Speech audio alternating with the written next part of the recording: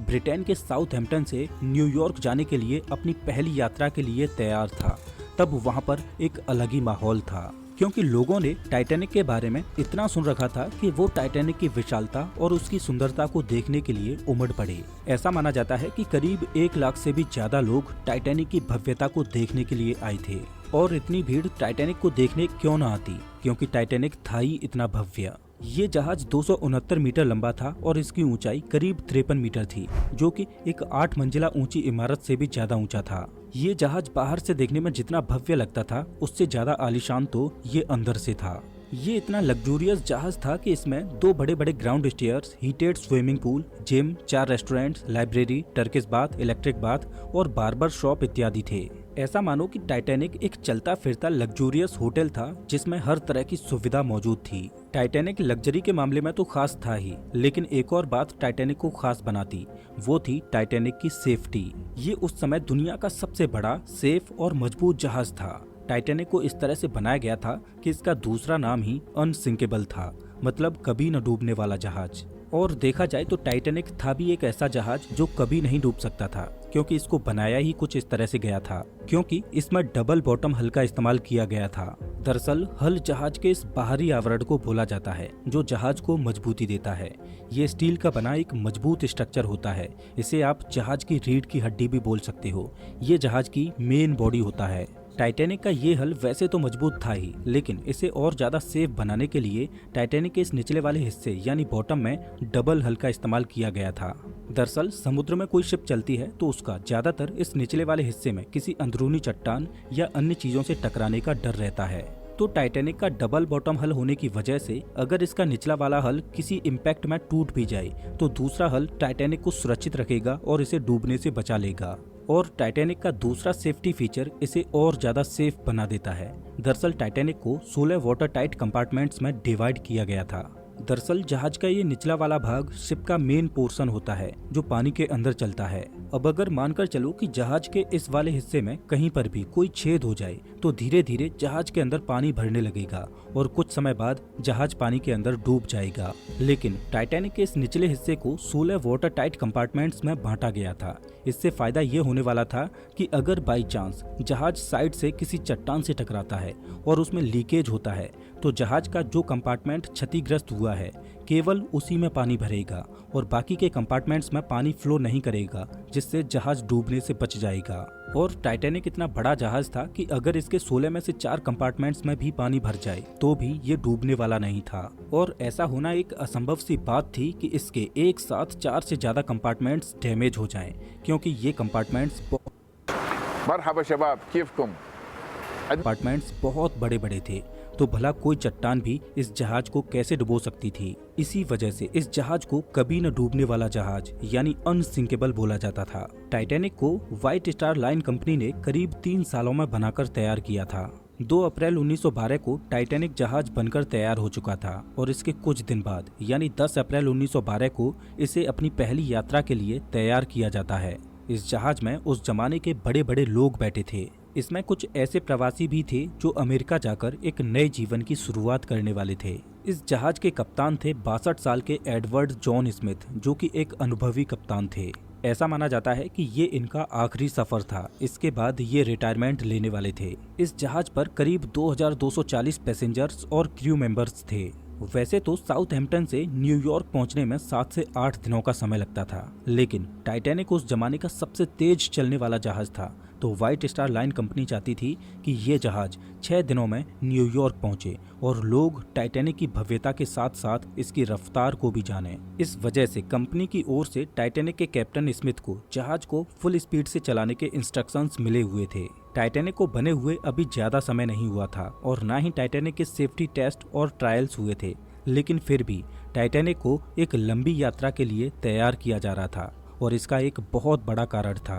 दरअसल white star line company की एक और शिप थी ओलंपिक, जो देखने में तो टाइटैनिक की तरह ही थी, लेकिन वो इससे थोड़ी छोटी थी। इस वजह से ओलंपिक शिप को टाइटैनिक की बहन बोला जाता था। मार्च 1912 को ओलंपिक शिप में खराबी आ गई थी। इस वजह से ओलंपिक इमरजेंसी में बंदरगाह पर रिपेयर होने के लिए आई। अब ये शिप इतनी बड़ी होती हैं कि इनको रिपेयर होने में कई महीनों का समय लग जाता है, तो इस वजह से व्हाइट स्टार लाइन कंपनी का बिजनेस इन महीनों में बंद पड़ जाता। तो कंपनी ने अपने बिजनेस को जारी रखने के लिए अगले ही महीने यानी अप्रैल में अपनी नई शिप टाइटैनिक को लॉन्च करने का फैसला किया। अब क्योंकि ये टाइटैनिक की पहली यात्रा थी, जिस वजह से टाइटैनिक के क्रू में कुछ अनुभवी लोगों का होना भी जरूरी था। इस वजह से टाइटैनिक के कुछ क्रू मेंबर्स को हटाकर ओलंपिक के कुछ क्रू मेंबर्स को टाइटैनिक के क्रू में शामिल किया गया। टाइटैनिक का एक ऑफिसर था डेविड ब्लेयर, इसको हटाकर इसकी जगह पर ओलंपिक के एक ऑफिसर को इसकी जगह पर ड्यूटी पर नियुक्त किया गया। तो डेविड ब्लेयर जब शिप को छोड़कर अपने घर जा रहा था तो वो गलती से अपने लॉकर की चाबी को भी अपने साथ ले आया और दुर्भाग्य से टाइटैनिक पर मौजूद इकलौता दूरबीन भी उसी लॉकर में बंद था।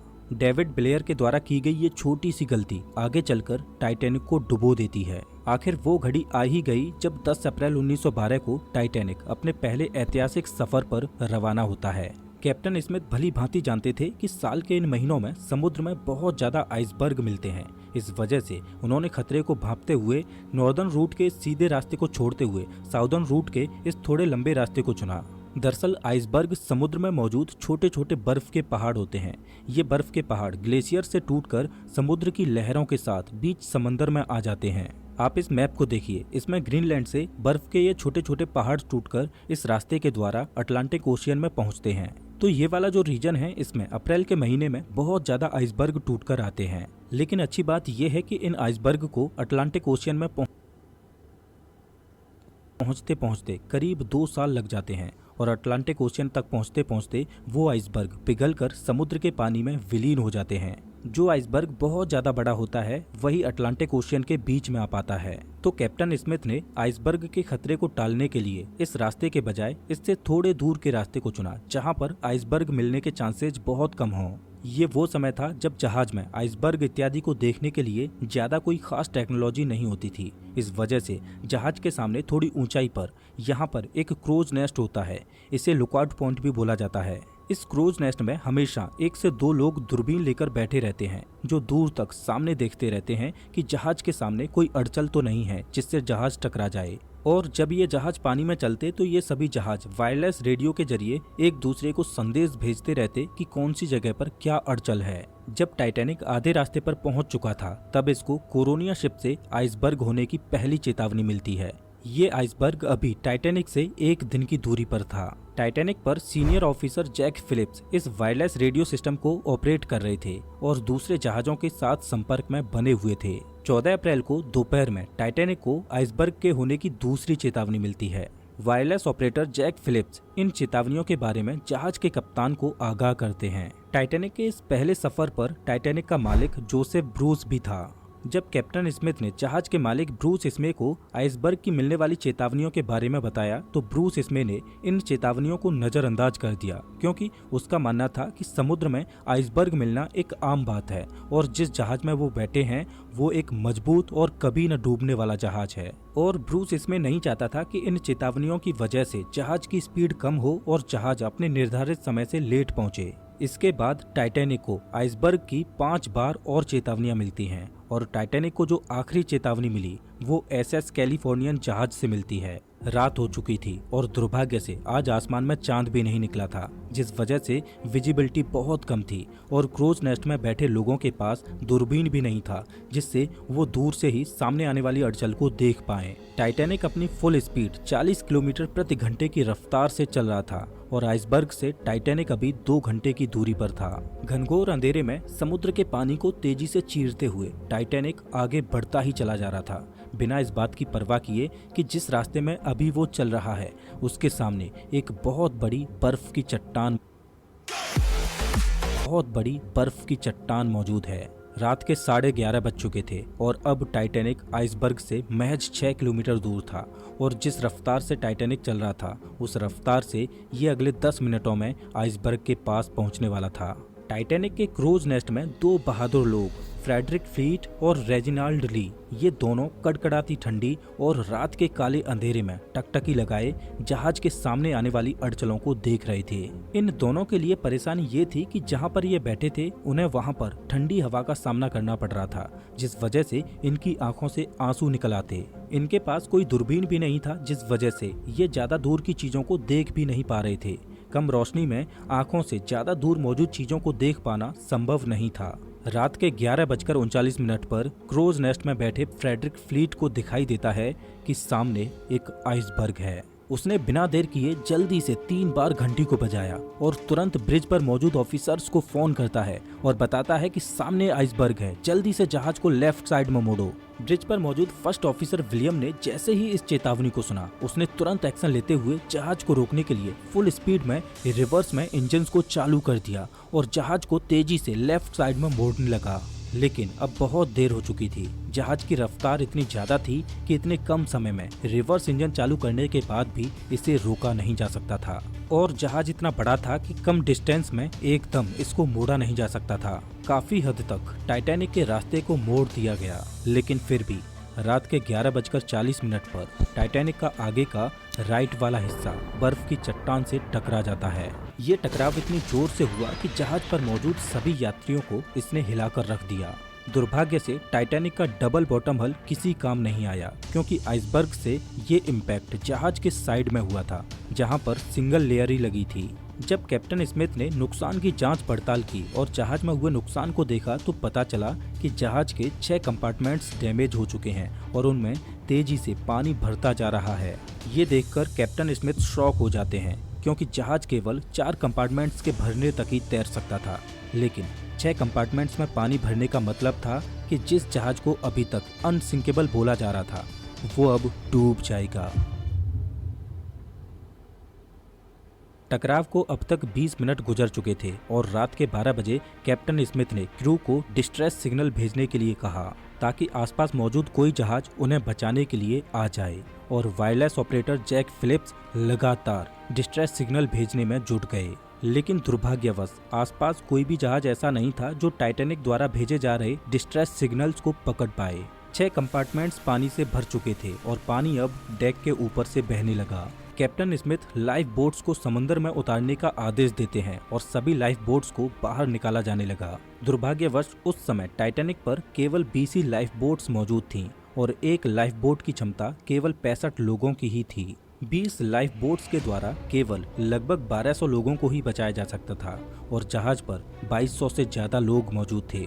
हड़बड़ी में शुरुआत में जो लाइफ बोट्स उतारी जा रही थीं, उनमें केवल 27 से 28 लोगों को ही भेजा जा रहा था और लाइफ बोट्स को केवल आधा ही भरा जा रहा था। प्रोटोकॉल ये था कि औरतों और बच्चों को पहले लाइफ बोट्स में भेजा जाएगा। जहाज पर अभी भी कुछ लोग ऐसे थे जो ये मान रहे थे कि ये जहाज कभी डूब ही नहीं सकता और वो एकदम रिलैक्स थे। इधर जैक फिलिप्स लगातार डिस्ट्रेस सिग्नल्स भेजे जा रहे थे और सौभाग्य से इनका डिस्ट्रेस सिग्नल पास में मौजूद एक जहाज कारपेथिया को मिलता है और 12:30 पर कारपेथिया जहाज से संदेश आता है कि वो टाइटैनिक पर मौजूद लोगों को बचाने आ रहे हैं। लेकिन बदकिस्मती ये थी कि कारपेथिया जहाज अभी भी टाइटैनिक से करीब 107 किलोमीटर दूर था और कारपेथिया अपनी फुल स्पीड पर भी चलता, तब भी कारपेथिया को टाइटैनिक तक पहुंचने में 4 घंटों का समय लगने वाला था। अब सवाल ये है कि क्या 4 घंटों तक टाइटैनिक सरवाइव कर पाएगा? जैसे जैसे टाइटैनिक के आगे के हिस्से में पानी भरता जा रहा था, वैसे वैसे जहाज आगे की ओर झुकता जा रहा था और पानी में धंसता चला जा रहा था। जब टाइटैनिक का टिल्ट बढ़ने लगा तो लोगों में अफरा तफरी मच गई। अब सबको समझ आ चुका था कि टाइटैनिक अब डूब जाएगा और सब लोग अपनी अपनी जान बचाने के लिए लाइफ बोट्स में चढ़ने के लिए अपनी अपनी जगह बनाने की कोशिश करने लगे। लाइफ बोट्स में फर्स्ट क्लास के लोगों को बचाने में ज्यादा प्रायोरिटी दी जा रही थी और 1:50 पर जब जहाज से आखिरी लाइफ बोट को उतारा गया, उसके बाद भी जहाज पर 1500 से ज्यादा लोग बचे थे। चारों ओर खौफ का माहौल था। जो लोग तैर सकते थे वो समुद्र के पानी में छलांग लगा रहे थे, लेकिन इस समय तो समुद्र भी बेरहमी दिखा रहा था। समुद्र का पानी -2 डिग्री सेल्सियस तक ठंडा था। इतने ठंडे पानी में कोई भी व्यक्ति ज्यादा से ज्यादा 15 से 30 मिनट तक ही जिंदा रह सकता था। कुछ लोगों ने तो मौत को स्वीकार कर लिया और वो मौत को गले लगाने के लिए तैयार थे। लेकिन इधर जहाज के क्रू मेंबर्स अभी भी मदद की आश में डिस्ट्रेस सिग्नल्स भेजे जा रहे थे। आसमान में फ्लेयर्स चला रहे थे ताकि आसपास मौजूद किसी जहाज का ध्यान उनकी ओर जाए और वो उनको बचा लें, लेकिन कोई भी जहाज उनको बचाने के लिए नहीं आता। टाइटैनिक में पानी के भरने की रफ्तार बढ़ती जा रही थी और टाइटैनिक बहुत तेजी से डूबने लगा। टाइटैनिक का आगे का भाग पूरी तरह से पानी के अंदर घुस चुका था और पिछला वाला हिस्सा पानी के ऊपर उठने लगा। अब जहाज के कप्तान स्मिथ ने अपने क्रू को भी बोल दिया कि अपनी अपनी जान बचाओ, लेकिन जैक फिलिप्स अभी भी अपनी जान की परवाह किए बगैर डिस्ट्रेस सिग्नल्स भेजने में जुटे हुए थे। जब तक जहाज पर इलेक्ट्रिसिटी थी तब तक फिलिप्स उनकी मदद करने आ रही इकलौती शिप कारपेथिया से संपर्क बनाए हुए थे। कैप्टन स्मिथ ने अपने जहाज को ना छोड़ने का फैसला किया। जब जहाज का आगे का भाग पूरी तरह से पानी के अंदर घुस चुका था तो शॉर्ट सर्किट की वजह से जहाज पर अंधेरा छा गया। अटलांटिक ओशियन लोगों की चीखों से गूंज रहा था। जहाज का पिछला भाग पूरी तरह से हवा में खड़ा था और दबाव इतना ज्यादा बढ़ गया कि टाइटैनिक 2 भागों में टूट गया और रात के 2:20 पर आरएमएस टाइटैनिक देखते ही देखते अटलांटिक महासागर की गोद में समा गया। कभी न डूबने वाला जहाज महज 2 घंटे 40 मिनट में समुद्र की गहराई में चला गया। जो 1500 से ज्यादा लोग इस पर सवार थे उनमें से कुछ इसके साथ डूब गए और कुछ को समुद्र के ठंडे पानी ने मार डाला। कैप्टन स्मिथ अंत तक अपने जहाज पर ही डटे रहे। टाइटैनिक के डूबने के करीब 2 घंटों के बाद अगले दिन की सुबह में कारपेथिया जहाज बचे हुए लोगों को रेस्क्यू करने के लिए पहुंचता है और केवल 706 लोग ही इस हादसे में जिंदा बचे थे। 3 दिनों के बाद 18 अप्रैल 1912 को रात के 9:30 बजे कारपेथिया न्यूयॉर्क में पहुंचा, जहां पर 40,000 लोग तेज बारिश में कारपेथिया का इंतजार कर रहे थे। इस हादसे के बाद कई ऐसे सवाल खड़े हुए जिनका जवाब आज भी लोग खोज रहे हैं, लेकिन जब इसकी इन्वेस्टिगेशन की गई तो एक चौंकाने वाली बात सामने आई। जब टाइटैनिक डूबा था तब उस पर मौजूद हर एक व्यक्ति को बचाया जा सकता था, क्योंकि टाइटैनिक से महज 37 किलोमीटर दूर एक और जहाज मौजूद था जो समय पर आकर मदद कर सकता था। ये वही एसएस कैलिफोर्नियन जहाज था जिसने आखिरी बार टाइटैनिक को आइसबर्ग की चेतावनी भेजी थी। लेकिन ऐसी क्या वजह थी कि एसएस कैलिफोर्नियन जहाज टाइटैनिक की मदद करने के लिए नहीं गया, जबकि उन्हें होराइजन में आसमान में छोड़ी जाने वाली फ्लेयर्स भी दिखाई दे रही थी। तो इन्वेस्टिगेशन में पता चला कि समुद्र में आइसबर्ग के खतरों को देखते हुए कैलिफोर्नियन जहाज ने रात में आगे न बढ़ने का फैसला किया और उन्होंने रात में अपने वायरलेस रेडियो को भी बंद कर दिया था, जिससे उनको टाइटैनिक का कोई भी डिस्ट्रेस सिग्नल रिसीव ही नहीं हो पाया। जब एसएस कैलिफोर्नियन के क्रू ने टाइटैनिक से उड़ने वाले रॉकेट्स और फ्लेयर्स को देखा तो उन्होंने कैलिफोर्नियन के कप्तान स्टैनली लॉर्ड को इस बात की जानकारी भी दी। स्टैनली लॉर्ड ने अपने क्रू को मॉर्स लैंप से टाइटैनिक को संकेत भेजने को कहा और एसएस कैलिफोर्नियन का क्रू मॉर्स लैंप से टाइटैनिक को सिग्नल भेजता रहा, लेकिन शायद टाइटैनिक पर इतनी हड़बड़ी मची हुई थी कि किसी ने एसएस कैलिफोर्नियन से आ रहे मॉर्स सिग्नल को नहीं देखा। दरअसल उस समय इस तरह की लैंप से डैशेज और डॉट्स के द्वारा एक दूसरे जहाज से संपर्क करने के लिए मॉर्स कोड का इस्तेमाल किया जाता था। काश कैलिफोर्नियन जहाज का रेडियो ऑन होता तो शायद उस दुर्घटना में इतनी जानें ना जाती। टाइटैनिक के इस हादसे को हुए साल दर साल गुजरती जा रही थी, लेकिन एक सवाल जो लोगों को परेशान किए जा रहा था कि आखिर वो जहाज जिसे कभी न डूबने वाला जहाज बोला जाता था वो कैसे डूब गया। इस सवाल का जवाब तभी मिल सकता था जब टाइटैनिक जहाज का मलबा मिले। खूब सारी खोजबीन की, लेकिन अटलांटिक महासागर ने टाइटैनिक को अपनी गोद में ऐसे छुपा रखा था कि उसका मलबा किसी को मिल ही नहीं रहा था। आरएमएस टाइटैनिक के मलबे को समुद्र की गहराइयों में ढूंढते ढूंढते 70 सालों से भी ज्यादा का समय गुजर चुका था। तब जाकर सितंबर 1985 में पहली बार टाइटैनिक के मलबे की झलक देखने को मिली। अमेरिकन ओशियनोग्राफर रॉबर्ट बेलार्ड वो व्यक्ति थे जिन्होंने टाइटैनिक के मलबे को खोज निकाला था और जब से टाइटैनिक का मलबा मिला है तब से लेकर आज तक इस पर कई बार खोजबीन होती रही है। लेकिन टाइटैनिक के मलबे पर की गई शोधों ने इस बात की गुत्थी को सुलझा दिया कि ये अनसिंकेबल जहाज आखिर क्यों और कैसे डूबा। ओशियनोग्राफर्स के होश उड़ गए जब उन्होंने टाइटैनिक के मलबे को देखा, क्योंकि टाइटैनिक समुद्र के बॉटम में 2 हिस्सों में टूटा पड़ा है। जहाज का आगे का हिस्सा बहुत ही अच्छी कंडीशन में है, लेकिन पिछला वाला हिस्सा इतनी बुरी कंडीशन में है कि उसको देखकर ऐसा लगता है कि ये टाइटैनिक का दूसरा भाग है ही नहीं। और पिछला वाला हिस्सा फ्रंट वाले हिस्से से करीब 2000 फीट की दूरी पर है। काफी खोजबीन के बाद पता चला कि जब टाइटैनिक को बनाया गया था तब इसमें टाइटैनिक के हल को मजबूती देने के लिए जो रिवेट्स लगाई गई थी वो स्टील की नहीं बल्कि कास्ट आयरन की थी। यहाँ पर कंपनी ने जहाज को बनाते हुए कॉस्ट कटिंग करने की कोशिश की। अब चूंकि कास्ट आयरन स्टील से नरम होता है, इस वजह से जिस जगह पर आइसबर्ग टाइटैनिक की बॉडी से टकराया उस जगह के रिवेट्स प्रेशर पड़ने की वजह से खुल गए और आपस में जुड़ी प्लेट्स अपनी जगह से खिसक गईं, जहां से पानी को अंदर घुसने का रास्ता मिल गया। आज टाइटैनिक का मलबा समुद्र की गहराइयों में वातावरण से लड़ाई लड़ते हुए अपने अस्तित्व को खोता जा रहा है और ऐसा माना जाता है कि आने वाले कुछ सालों में समुद्र से टाइटैनिक के ये निशान भी गायब हो जाएंगे। टाइटैनिक की ये घटना सच में एक दिल दहला देने वाली घटना थी, लेकिन टाइटैनिक के डूबने के करीब 60 साल बाद एंडीज की पहाड़ियों में ऐसी ही एक दिल दहला देने वाली घटना घटी, जिसमें जमीन से हजारों फीट ऊपर एक वीरान पहाड़ी पर प्लेन क्रैश होता है और उस क्रैश में जो लोग बच गए थे उनके पास -30 डिग्री सेल्सियस के तापमान में न खाना था न ठंड से बचने का कोई जरिया। जिंदा रहने के लिए उन्हें अपने ही परिवारजनों की डेड बॉडीज को खाना पड़ा। वास्तव में फ्लाइट 571 की कहानी दिल को दहला देती है।